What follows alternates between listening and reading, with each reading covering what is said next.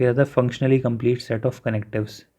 तो इसमें क्या होता है, देखिए सबसे पहले तो बूलियन अलजेब्रा जब आपने स्कूल में पढ़ा था तो वहाँ पे आपने एक चीज़ पढ़ी होगी कि जो नैंड और नॉर गेट होता है ना, वो यूनिवर्सल गेट कहलाते हैं ये दोनों गेट। क्यों? क्योंकि इसमें से किसी एक गेट का यूज़ करके आप सारे बाकी गेट डिराइव कर सकते हैं। यानी कि अगर मेरे पास केवल नैंड गेट हो ना, केवल नैंड गेट, तो मैं सारे और जितने भी गेट हैं वो सब मैं डिराइव कर सकता हूँ केवल नैंड का यूज़ करके। और इसी तरह से नॉर की भी यही प्रॉपर्टी होती है कि केवल नॉर गेट का यूज़ करके मैं सारे गेट्स डिराइव कर सकता हूँ। एंड और नॉट जितने भी गेट हैं वो सब, इवन नॉर का यूज़ करके मैं नैंड पे भी आ सकता हूँ और नैंड का यूज़ करके मैं नॉर पे भी आ सकता हूँ।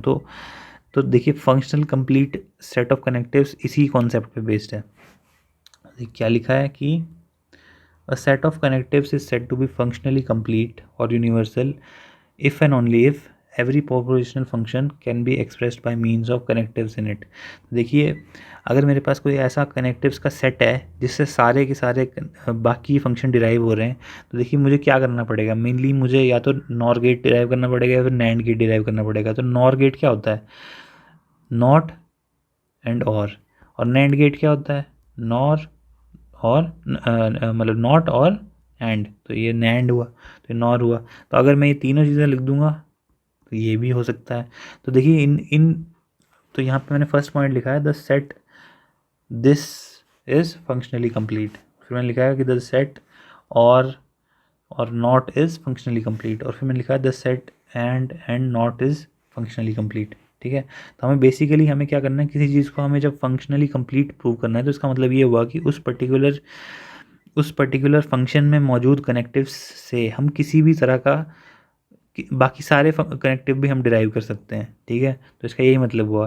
तो इसके लिए हमें क्या करना पड़ेगा, एक तो हमें नॉट गेट डिराइव करना पड़ेगा और एंड और में से कोई एक चीज़ डिराइव करनी पड़ेगी, तो हम किसी भी चीज़ को फंक्शनली कंप्लीट तब बोल सकते हैं। ठीक है, तो इसका एक एग्जाम्पल है, एग्जाम्पल ये है कि FABC यानी कि F एक फंक्शन है जो कि 3 वेरिएबल्स का फंक्शन है, 3 वेरिएबल से मिल के बना है। तो वो फंक्शन कुछ दिखने में इस तरह से है कि A का कॉम्प्लीमेंट और B एंड C का कॉम्प्लीमेंट। ठीक है, तो ये इससे बना है। तो हमें हमें ये दिखाना है कि whether this is functionally complete और नॉट। ठीक है, हमें ये दिखाना है। तो हमें फंक्शनली कंप्लीट करने के लिए क्या करना पड़ेगा, सबसे पहले हमें इसमें एक तो नॉट गेट डिराइव करना पड़ेगा और एक एंड और में से कोई गेट डिराइव करना पड़ेगा। तो सबसे पहले देखिए, सबसे पहले हम लिखते हैं, सबसे पहले हम नॉट गेट डिराइव करेंगे, डिराइविंग, या फिर हम इसको डिराइव करने के बाद ही लिखेंगे। तो अगर हम FABC में अगर हम ए और ए ही पुट कर दें तो क्या हो जाएगा, देखिए ABC की जगह केवल ए ही पुट करना है। तो यहाँ आ जाएगा A0 और A एंड A0, यही आएगा। अगर मैं ABC की जगह ए ही पुट कर केवल एक ही वेरिएबल पुट करूँगा तो देखिए A0 एज इट इज़, और ये क्या चीज़ है, ये एक कॉन्ट्राडिक्शन है, तो ये ज़ीरो आ गया। तो इन दोनों किसी चीज़ में अगर मैं ज़ीरो को ऐड करूँगा तो क्या रहेगा, वही चीज़ रहेगी। तो यानी कि हमारे पास नॉट गेट आ गया। तो यहाँ पे मैं लिखूँगा नॉट इज़ रियलाइज्ड,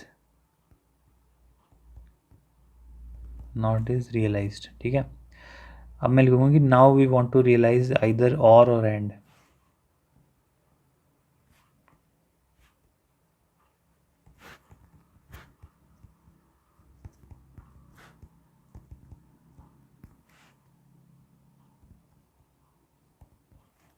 ठीक है, तो इसके लिए मैं क्या करूँगा, या मुझे और निकालना है या फिर एंड निकालना है। तो इसके लिए क्या किया, फॉर दैट मेरे पास एक फंक्शन था ना FABC, तो उसमें मैंने A की जगह मैंने F ऑफ A पुट कर दिया, B की जगह मैंने B ही रहने दिया और C की जगह मैंने F ऑफ B पुट कर दिया।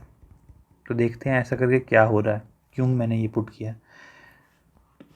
अब ये फंक्शन तो आपको पता ही है कि FABC था और A की जगह मैंने FAA पुट किया, B की जगह B रहने दिया और C की जगह मैंने FBB पुट कर दिया। ठीक है, तो देखिए जो एफ ऑफ ए है वो मैंने पहले कैलकुलेट किया है, एफ ऑफ ए जो है वो मैंने पहले कैलकुलेट किया, क्या है वो ए नॉट, मतलब ए का कॉम्प्लीमेंट, ये चीज़, ठीक है। एफ ए क्या है, ए कॉम्प्लीमेंट, तो ये चीज़ क्या हुई, ए कॉम्प्लीमेंट, और इस तरह से ये चीज़ क्या हुई, बी कॉम्प्लीमेंट, ठीक है।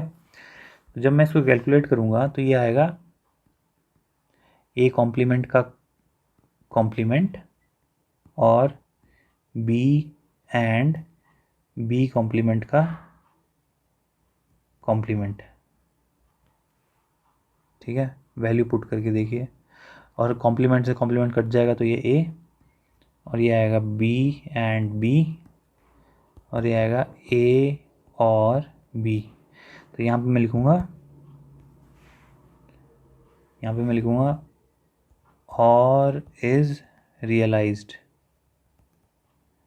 तो देखिए मेरे पास एक तो नॉट आ गया और एक और आ गया, नॉट आ गया और आ गया, तो मेरा जो सेकंड पॉइंट है ना वो हाँ, नॉट आ गया और आ गया, तो मेरा सेकंड पॉइंट प्रूव हो रहा है, द सेट और and not is functionally complete. तो यहाँ मैं लिखूँगा सिंस बोथ नॉट एंड और are realized, hence this function is functionally complete। ठीक है जी, तो ये फंक्शनली कंप्लीट का मतलब था, हमें फंक्शनली कंप्लीट करने में हमें नॉट के साथ एंड या और में से कोई एक चीज़, अगर हम इन तीन सेट में से कोई चीज़, तीन सेट में से कोई भी सेट ड्राइव कर पाए किसी भी फंक्शन में, तो हम उसको फंक्शनली कंप्लीट बोल सकते हैं, ठीक है।